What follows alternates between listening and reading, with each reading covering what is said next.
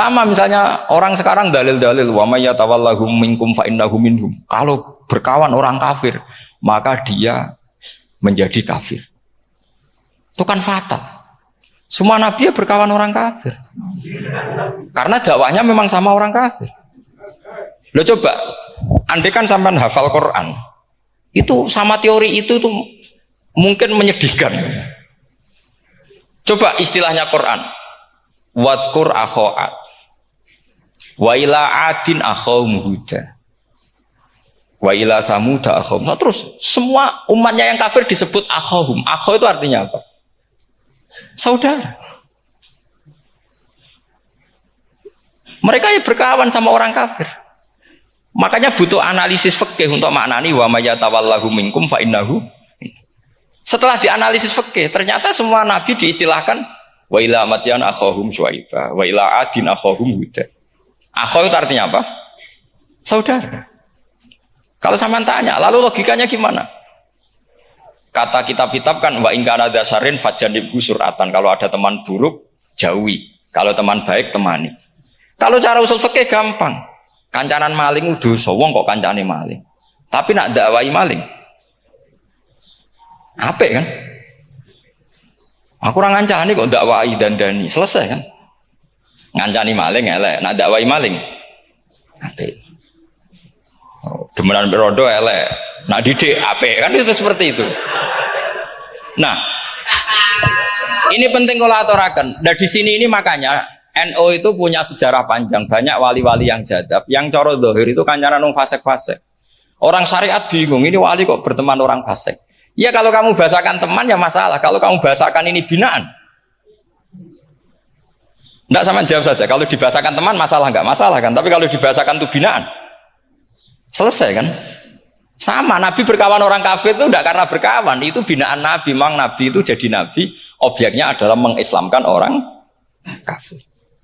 Ya berlama-lama Nabi dialek dengan mereka, muasyarah sama mereka. Bahkan Nabi diharuskan bersikap baik sama mereka. Itu yang disebut fabima rahmatim minallahi lintalahum walau kunta fadhdhan ghalidhal qalbi lan faddu min hawlik. Tapi sekarang itu orang sudah tidak pakai ilmu. Orang-orang radikalisme itu enggak pakai usul fikih. Pokoknya kalau ada ayat terjemahnya gini ya sudah itu jadi madhab. Akhirnya kecelakaan seperti ini. Pokoknya kalau ada ayat faqtulul musyrikina haitsu wajadtumuhum wa khuduhum wahsuruhum wa'udu lahum kullah marsad. Sudah hafalnya ayat itu saja. Dia tidak mau ngapalkan misalnya qatilul ladzina yuqatilunakum.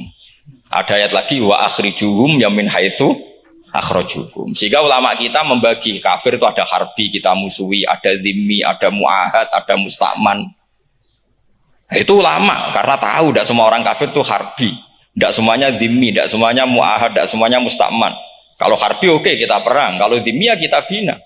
Kalau mu'ahad ya sesuai perjanjian kita, kompensasinya apa, MOU-nya kayak apa. Tapi apalnya mereka ayat satu tema. Nah celakanya kita yang ngaji di pondok-pondok, yang katanya spesialis ingin alim tafsir, apalnya ya satu ayat juga. Wah itu kan satu ayat versus satu ayat. Itu ngeri. Makanya kalau sampean tanya saya, ini katanya di acara ini sampean tanya, gimana caranya jadi ahli tafsir? Saya jawab gampang. Caranya itu hafal Quran, hafal hadis, terus hafal ulumul Quran. Ya misalnya Nadoman ya Faidul Khobir lah. Kalau kitab Nasar ya minimal itu setengah lanya itkon lah. Kalau nggak lanya-lanya amat ya agak lanya. Karena kitab tafsir itu gampang. Teorinya itu mudah sekali. Misalnya al-ibratu bi umumil lafzi la bi khususis sebab. Itu sama dengan kayak kaidah fikih. Karena kalau kaidah fikih itu saya itu pernah dibisui kiai itu. Ini kisah nyata itu. Dibisui kiai itu pas basul masail. Dulu saya itu masih sering mau basul masail. Tadi pun pensiun pun buatan niku. Dulu saya dengan Gus Zofur putrane Mbah Mun itu sering makili Pondok Anwar basul masail fikih. Tapi tidak tahu ceritanya Gus Zofur jadi dokter tafsir. Saya juga kok ya tahu-tahu menekuni tafsir. Lama-lama orang itu lupa status saya yang fakih ya. Makanya saya itu ya kadang eman gitu karena ini status penting juga. Tapi status fikih itu kadang memang menyesatkan. Karena begini, itu dulu pernah ada basul masail itu begini. Ini kisah nyata ini. Ada desainer baju putri untuk putri, anak putri. Kemudian desainer itu menciptakan satu celana pendek atau celana seperempat. Dengan desain ini pasti kalau dipakai itu auratnya itu kelihatan. Bagaimana hukumnya desainer ini? Apa termasuk mimman sarro'a as-sayyi'ata? Karena terjadi kasfil aurat. Apa enggak? Rata-rata kalau kiai yang khusuk-khusuk, yang sepuh-sepuh, desainer itu dosa. Gara-gara tren pakaian ini wong wedok buka aurat. Tapi kiai-kiai alim yang muda-muda, entah saking belingnya, entah saking pinternya, enggak tahu. Bilang begini, Pak Yai, yang didesain apa? Ya celana itu. Lalu celana itu fungsinya nutupi apa buka aurat? Ya nutupi. Lu kan lumayan urun nutupi. Kalau haramnya dicopot, lu kan malah parah itu. Bingung kayaknya. Sampai bilang gini, wah semanis. Itu kan makanya ini guyon ilmiah. Repotnya ngadepi orang alim muda, itu kan mbok gedhingi ku ilmiah, mbok senengi fase.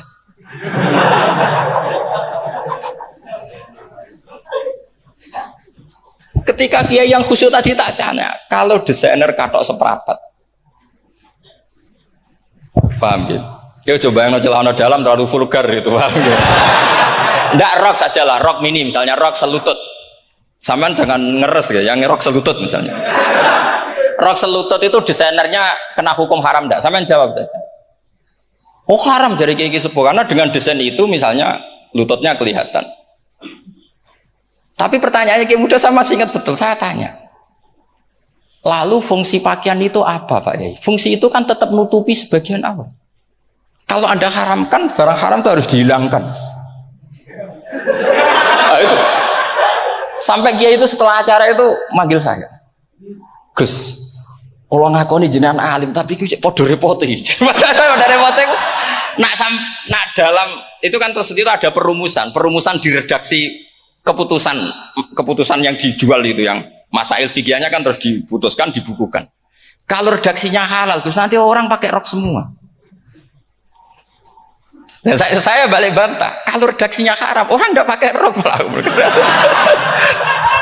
Akhirnya itu apa? Kebijakannya lucu. Buak we Gus, pertanyaan itu buak sak jawabannya oke. Jadi kita debat tidak jadi. Ini cerita ilmiah. Makanya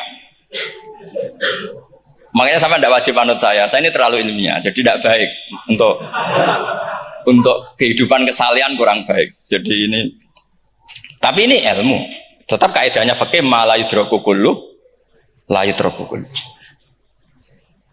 Jangan kalau tidak bisa nutupi aurat semua, lalu jangan sama sekali.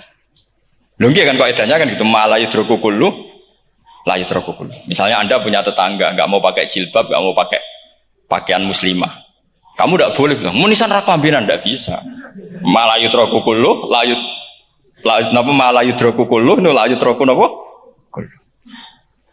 Makanya ini kita harus hati-hati. Nah bayangkan sekarang orang meneliti Quran itu yutroku kullu. Mestinya kalau Anda meneliti radikalisme, ayat yang terkait radikalisme diteliti semua. Ternyata di surat Taubat yang disebut suratus Saif yang bahkan haram baca bismillah, itu ada ayat wa in ahadum minal musyrikin nastajaraka fa'ajirhu hatta yasma'a kalam Allah summa ablighu ma'mana. Muhammad, kalau ada orang kafir mau belajar Quran sama kamu, ya harus kamu pelajari hatta yasma'a kalam Allah. Setelah mereka mau belajar, ya ablighu ma'mana summa ablighu ma'mana, kamu harus menjamin keamanan dia. Itu di surat Taubat, termasuk akhiru suratin nazalat, gak mungkin terjadi mansuh. Tapi orang-orang ekstremis selalu pakai faqatulul musyrikin haitsu, apalannya itu terus. Yang orang liberal yang menaparin la ikraha fiddin. Ya sudah seperti itu. Sing orang-orang ora tegas, ora tau nahi mungkar, ya ma arsalnaka illa rahmatan lil alamin. Ngono terus. Yang kelompok tukang nahi mungkar ya ayatnya amben nahi mungkar. Saya tuh heran, kenapa mereka punya masalah dengan hafalan kayaknya. Kenapa sih hafalannya kok pedot itu? Kita yang hafal semua bingung jadi. Jadi akhirnya kita yang pinter anut sing goblok karena saya tuh pernah loh debat sama orang salah, debat gitu. Setelah saya mengutarakan sekian hadis, ada tuh Pak hadis itu, waduh, Harusnya kamu ngaji saya, ada debat-debat tuh yang level. Kalau nggak level tuh nggak boleh. Mau itu kan ngeri. Makanya ini penting ya, kalau sampean tanya ingin jadi alim tafsir ya harus hafal Quran semua. Nah, kalau tidak mungkin yang nunggu orang semua mati baru Anda jadi ahli tafsir. Karena tidak ada musuhnya. Tapi saya pastikan orang kafir pun bisa memahami Quran, yaitu tadi hatta yasma'ah kalam Allah. Sayyidina Umar tuh masuk Islam tuh gara-gara dengar adiknya baca Toha. Ma anzalna alikal Qur'ana litashqa illa tadhkiratal liman yakhsha tanzilam mimman khalaqal arda was samawati ula ar-rahmanu alal arsis tawa. Itu dia ma huwa bikalamil basar. Tidak mungkin seperti ini karangan manusia, itu tidak mungkin. Akhirnya dia Islam. Banyak orang Islam karena diperdengarkan Quran. Karena memang notnya sudah unik, makna kualitasnya juga sudah unik. Semuanya itu unik, indah. Sampai sekarang pun orang kafir itu orang paling tahu Quran. Makanya Allah mensifati orang kafir itu hasadam min indi anfusihim min ba'di ma tabayyana lahumul haq. Sekarang sama saya tanya, orang sing tabayyana lahumul haq itu orang paham apa orang tidak paham? Mereka orang kafir itu mengingkari Quran padahal min ba'di ma tabayyana lahumul haq, setelah kebenaran nyata bagi mereka. Nyata bagi mereka artinya orang kafir paham atau tidak paham? Paham. Cuma mereka punya penyakit hasadam min indian. Mereka juga kalau ada ayat tentang ahkam yang memberatkan, mereka bilang, "I'ti bi Qur'anin ghairi hada au badil." Muhammad harusnya jangan tema itu yang diangkat, buat cari Quran yang lain yang enggak tema itu. Mereka sampai memilih tema itu karena paham apa karena tidak paham? Karena paham. Makanya di makalah saya pastikan ngaji tafsir itu gampang karena orang kafir pun bisa. Kalau kasus Ahok itu bukan paham itu melintir, beda. Paham sama melintir itu beda. Itu diterjemah kemenang itu jangan mengangkat kawan orang Islam, bukan mengangkat pemimpin. Ya likanya kalau ngangkat teman saja tidak boleh, apalagi ngangkat pemimpin. Fatal mana berteman sama orang salah sama ngangkat. Saman kancanan maling itu apik, nak menawa nang andani. Terus ngangkat, "Hei maling ke pimpinanku." Parah mana? Parah mana? Artinya sama saja ketika diterjemah jangan ngangkat teman. Sebetulnya ngangkat pemimpin lebih fatal. Itu kan mafhum awlawiyah, itu kan normal saja. Itu di Quran biasa, misalnya innalladzina yaquluna amwalal yatama dzulman. Orang yang makan hartanya anak yatim secara zalim. Kamu bilang, "Gus, saya tidak makan kok, sepeda motornya tak gasap, tak jual." Yang diharamkan kan makan. Wah, ya sarap kalau gitu. Maknanya begini, memakan harta anak yatim artinya ifsad. Ifsad itu merusak. Nak ngono ikhraq, membakar atau mencuri sama dengan makan. Bal asad, malah kan lebih apa? Lebih apa? Dasar. Jadi yakuluna di situ tuh ba'dul amsilah, sebagian contoh min wujuhil ifsad atau min wujuhil ihlak. Jangan kok karena ayatnya makan, oh yang haram tuh makan, kalau nyuri gak apa-apa. Waya fatat. Itu kan sama dengan santri geblek ketika ada kiai ini, "Cung, kowe mbek bojomu jogeman naboi." Suatu saat istrinya lapor lagi, "Pak Yai sekarang ndak naboi tapi nyadui." Karena naboi itu pakai tangan. Mereka pertama dilaporkan kiainya, "Pak Yai, suami saya itu sering memukulin saya pakai tangan gini. Jong jogeman naboi bojomu." "Nggih Pak Yai, siap." Satu saat istrinya lapor, "Pak, tetap benjut, kenapa? Kalau nak ini disadui." Mereka pikirannya, sing haram nabok, nak nyaduk halal. Wah, itu kan ngajak goblok bareng. Nah, masalahnya di usul fikih kasusnya seperti itu. Makanya saya ini kadang ya maliki sekali. Kadang saya itu maliki sekali. Kadang ya. Misalnya begini, saya beri contoh. Ini yang kisah nyata ya. Ada seorang Arabi datang ke Rasulullah. Ya, tadi kan teman-teman minta juga ilmu hadis ya. Ini satu paket saja. Yaitu tadi nanti kalau sampean kasih lalim itu sudah ada urusan saya. Tadi nunggu orang mati banyak tadi. Kalau nggak usah nunggu orang mati, sarannya tadi apal tadi. Ya Rasulullah, ahlak tuh. Saya ini orang yang rusak. Wama ahlakaka. Lalu yang bikin rusak kamu apa? Qol waqatu imroati fi nahari Ramadan. Saya menjima istri saya ketika masih siang. Fi nahari Ramadan, siang Ramadan. Walhasil Nabi tidak menyuruh hanya kodok. tapi menyuruh kafaroh. Kafarohnya itu merdekakan budak atau memberi makan 60 orang miskin atau puasa berapa? Puasa 60 hari. Atau urut merdekakan budak atau puasa 60 hari atau memberi makan sitina miskin. Oke, kita sepakat. Sepakat ya, hadis itu sahih dan diulang-ulang oleh Ashabus Sunan. Oke, riwayatnya enggak masalah. Sekarang kita analisis maknanya. Sekarang sampean saya tanya. Kalau Anda misalnya sekarang jam berapa ini? Misalnya sekarang jam 9 kurang seperempat Ramadan, terus Anda rokok atau Anda ngopi, kepengen ngopi terus ngopi tanpa udhrin syar'iin. Anda hanya wajib qadha apa bayar kafarah? Enggak, sampean jawab. Rata-rata kiai kita, oh mau wajib qadha Gus karena gak jima. Sing seru kafarah iku nak jima. Kan ngombe kopi be jima beda. Pertanyaannya tuh lucu, ini naif secara fikih masalah. Masalahnya begini. Jima bojo itu tidak zina. Jima bojo itu zina apa enggak? Enggak. Berarti dengan makan bedanya apa? Sama kan? Sama-sama amrun mubah. Sesuatu yang boleh. Kenapa hukumannya berat?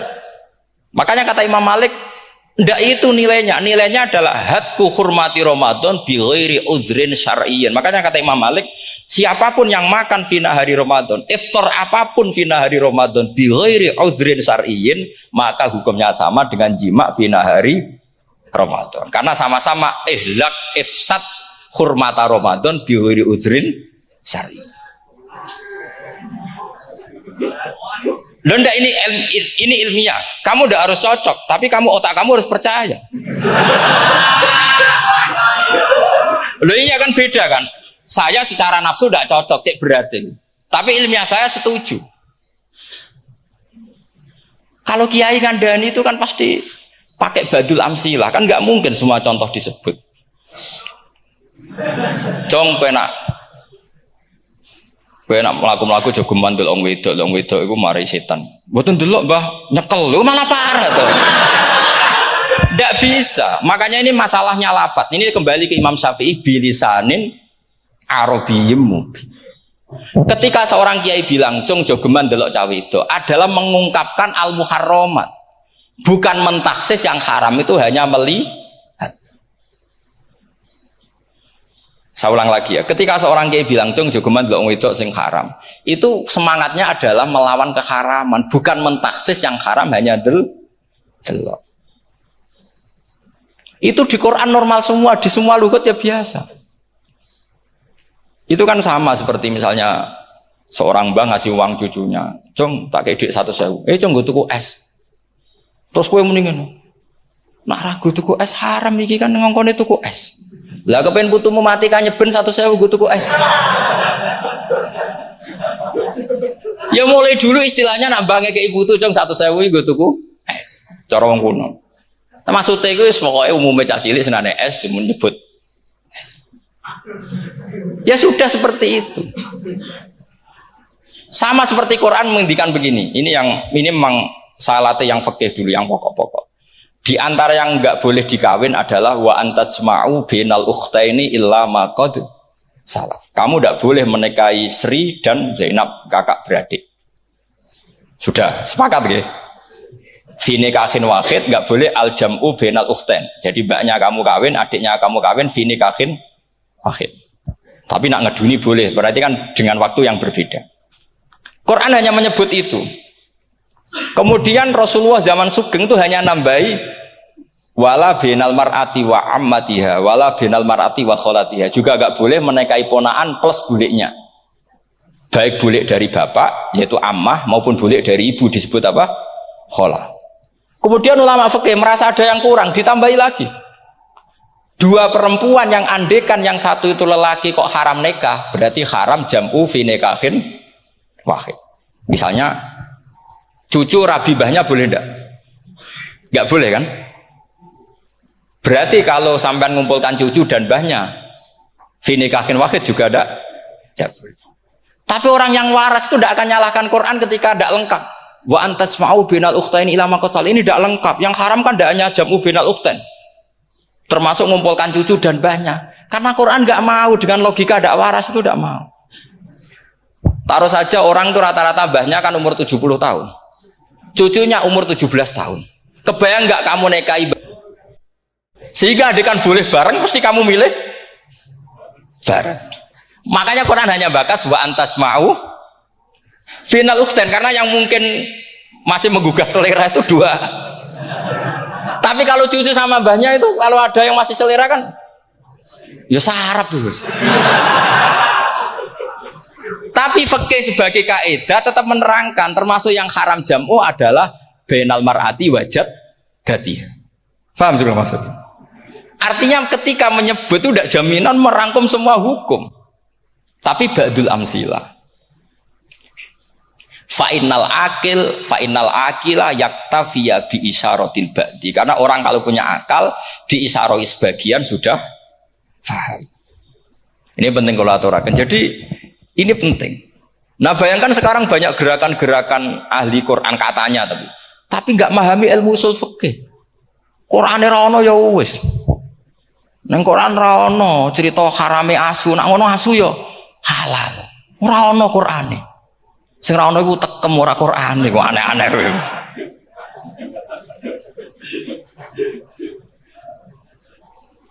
Itu kan sama, terus sampean misalnya tadi jam 09.00 Ramadan tambah uzurin syariyin terus mangan mie rokokan. Itu kan melecehkan Ramadan biguri uzurin syariyin. Karena melecehkan hurmata Ramadan kena sanksi separah itu. Jangan kamu terus bilang, tapi Nabi hanya bilang masalah jima fi nahar Ramadan. Jima istri itu hukumnya itu tidak zina, hukumnya itu mubah sama dengan makan. Ini cara madzhab Maliki, tapi kita alhamdulillah madzhab Syafi'i. Ya, itu masalahnya. Berhubung itu menguntungkan sami'na wa ata'na. Nah, itu. Tapi saya sendiri dalam konteks ini, saya itu ya sangat-sangat Syafi'iyah, sangat-sangat Syafi'iyah. Dalam banyak hal sangat-sangat Syafi'iyah. Tapi dalam banyak hal kadang-kadang saya ya Maliki. Nah, itu kan kalau sampean tanya kenapa gitu, ya hikmahnya baca banyak saja. Karena yang Syafi'i itu ya karena bacanya hanya Syafi'i. Itu bukan fanatik, itu keterbatasan. Itu beda, ada apa itu namanya ada fanatik, itu keterbatasan. Itu beda sekali. Jadi kita harus ngaji yang banyak. Saya itu termasuk utang ya sama Imam Syafi'i itu baca kitab Ar-Risalah. Itu kitab yang kadang satu ulama baca sampai 500 kali. Yaitu Imam Syafi'i itu dalam kitab Risalah itu begini, ini termasuk ulumul Quran yang paling penting. Muqaddimahnya begini. Wan nasu sinfani min awalil amri. Wan nasu sinfani. Ketika Rasulullah datang membawa Quran itu manusia hanya ada dua. Al kuffar sing dari jenis ahli kitab dan kuffar dari jenis yang tidak ahli kitab. Bahkan tidak ada orang Islam zaman itu. Pertama Nabi jadi Nabi itu adakah pendengar yang Muslim? Kan tidak ada. Semuanya ahli kitab. Makanya susah kalau Quran kamu analisis korbannya orang Islam tuh, kata Ibnu Umar tuh lucu. Dulu tuh mukhotobnya tuh orang kafir, jelas kuliah ayyuhal kafir. Ya ayuhan nasu ubudu rabbakum alladzi khalaqakum. Jelas orang kafir. Karena orang Islam nggak mungkin dikhatabi ubudu rabbakum. Makanya Imam Suyuti kalau nafsiri itu ngeper. Ubudu rabbakum wahiduhu. Tapi kalau mukhatabnya orang Islam dawimu alal ibadah atau dawimu alat tauhid. Karena dia tahu kalau mukhatabnya orang kafir ubudu ya masih wahidu. Kalau sudah Islam kok dikhitabi ubudu mudawamah alal ibadah. Itu saking alimnya Imam Suyuti. Ini saya teruskan. Kalau mukhatabnya itu orang kafir ahli kitab, itu kemungkinannya ya dua cara mereaksi Quran. Yaitu disebut lam yakunil ladzina kafaru min ahlil kitabi wal musyrikina munfakina hatta ta'tiyahumul. Jadi lam yakunil ladzina kafaru, jelas kafaru itu umum. Kemudian ditafsir kafaru itu ada yang min ahlil kitabi. Berarti kafaru yang jenis Yahudi Nasrani. Ada kafaru yang min ahlil kitabi wal musyrikin. Kafaru yang jenis musyrikin, yaitu kafir Mekah. Karena cara kaidah nahwu al-atfu yaqtadi taghayyur. Kalau ada ataf pasti konteksnya beda. Ja'a Zaidun wa Amrun, berarti Zaid ada Amar, Amar ya ada Bakar. Karena Ja'a Zaidun wa Amrun wa Bakrun, pasti orang ini berbeda. Tidak boleh orang yang sama kamu pakai ataf. Ini sudah clear ya ini ya. Kemudian cara pandang mereka ya beda. Ketika Rasulullah mengajak tauhid, itu ahli kitab tidak masalah. Memang harusnya Tuhan itu satu. Tidak masalah bagi ahli kitab. Problem bagi ahli kitab adalah Muhammad itu nabi. Itu kita nggak suka. Kalau Tuhan satu oke, tapi kalau Muhammad Nabi tidak oke. Kita bisa jadi Nabi.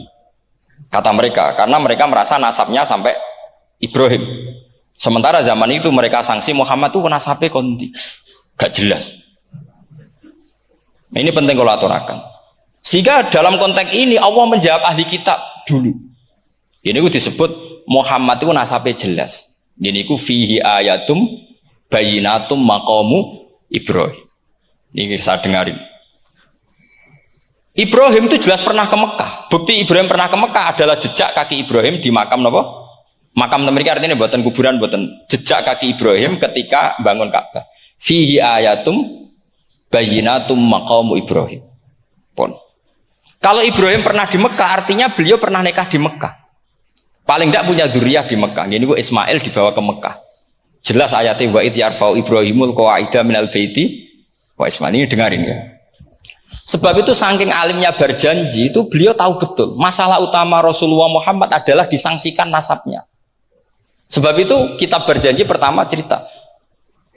Setelah dia alhamdulillah macam-macam awaluma anabtadi saat terus dia bilang wa ba'du fa'akul huwa Muhammad bin Abdillah bin Abdil Muttalib.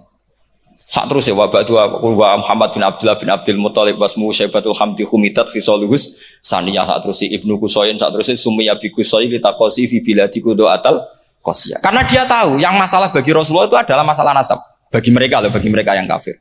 Terus beliau ngendikan ditutup wa adnanu bila raibin indadawil ulumin nasabiyah ila dhabihi Ismail nisbatuhu wa mun. Jelas saya Adnan itu pasti puter cucu-cucunya Nabi Ismail. Karena orang Yahudi yang disoal Muhammad itu, kamu itu siapa? Kok tahu-tahu Nabi? Kamu orang Arab. Orang Arab itu tidak pernah ada Nabi. Yang Nabi itu normalnya orang Israel. Yaitu turunan Yahudi. Karena Yahuda bin Yakub bin Ishak bin Ibrahim. Akhirnya Allah membuktikan. Fihi ayatum bayinatum maqami. Bukti kalau Ibrahim pernah di Mekah adalah jejak kakinya di Mekah. Itu dekat Ka'bah. Ini jawaban Allah yang tentang ahli kitab. Karena sudah jelimet. Ada ilmu ansab, ada ilmu nasab, ada polemik kitab samawi. Kalau kafir Mekah ini goblok-goblok. Ketika Rasulullah pakai teori tauhid, orang kafir Mekah itu sangat gobloknya bilang gini, Muhammad, kita ini urusannya banyak, utang kita banyak, kasus saya banyak. Kok Tuhannya satu itu tidak cukup? Yaitu mereka mengatakan aja'alal alihata ilahau wahida inna hadza la syai'un ujab. Bagaimana Tuhan hanya satu? Urusan kita banyak, masalah kita banyak. Tuhan nggak boleh satu, harus banyak. Sejumlah urusan kita. Ada Tuhan BPKB, Tuhan macam-macam lah. Ada Tuhan kredit, Tuhan kas macam-macam lah kan. Sesuai sebanyak urusan kita. Mereka tanya aja alal alihata ilahau wahida. Masa Tuhan satu? Inna hadza la syai'un ujab. Ini aneh. Tapi Rasulullah dengan sabarnya. Kalau yang seperti ini Allah menjelaskannya beda dengan yang pertama. Karena tadi orang kafir itu bisa min ahlil kitab, bisa wal musyrikin. Lam yakunil ladzina kafaru min ahlil kitab. Ada yang wal musyrikin.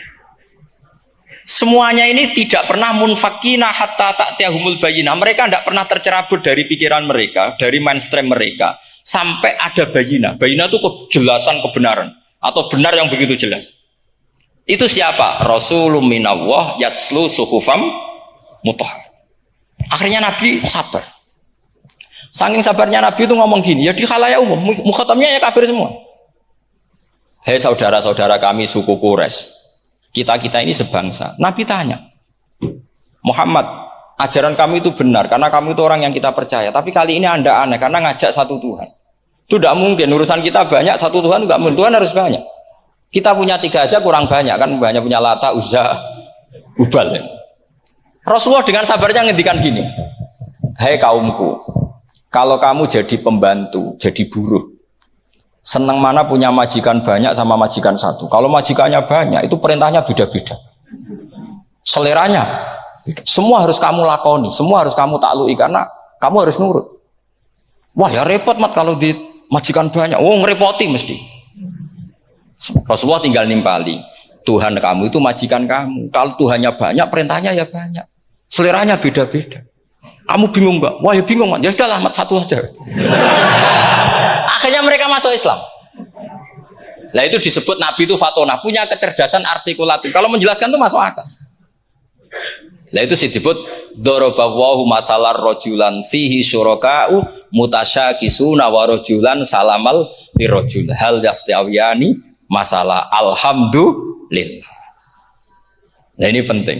Allah membuat satu perumpamaan bagaimana ada satu pembantu yang punya majikan banyak yang berbeda-beda seleranya, berbeda-beda perintahnya. Dengan kalau hanya satu majikan. Apakah sama? Mereka jawab tidak sama, enak punya satu majikan. Begitulah Tuhan kamu harusnya satu. Jadi artinya gini, kalau kamu ngaji ulumul Quran, kamu harus tahu ini khitab ke kafir. Kafir yang mana? Ahli kitab atau kafir yang musyrik? Nah sekarang tidak tahu lagi, pokoknya kafir. Makanya kalau orang berdebat mereka itu tidak goblok meneh. Waduh. Makanya sama tidak usah ketularan goblok sing pun gimpun sing wis goblok ora usah ditambahi mun kathah dan ini pun. Ya karena kita ngaji jelas Qur'annya kan lam yakunil ladzina kafaru itu masih ada min lil bayaniyah atau min li bayanil jinsi. Kafaru itu sapa? Siji min ahlil kitab, dua kafaru sing wal musyrikin. Dua-duanya tidak pernah munfakina hatta ta'tiyahumul bayinah. Mereka tidak akan tercerabut dari pikirannya sehingga ada bayinah. Bayinah itu siapa? Rasulun minallah yatlu sufam. Nah, ketika Nabi menjelaskan asal usul nasabnya bahwa Sayyid Adnan itu ila Ismail, Ismail jelas putra Nabi Ibrahim. Mereka terus baru iman karena ada fihi ayatum bayinatum maqamun apa? Ibrahim.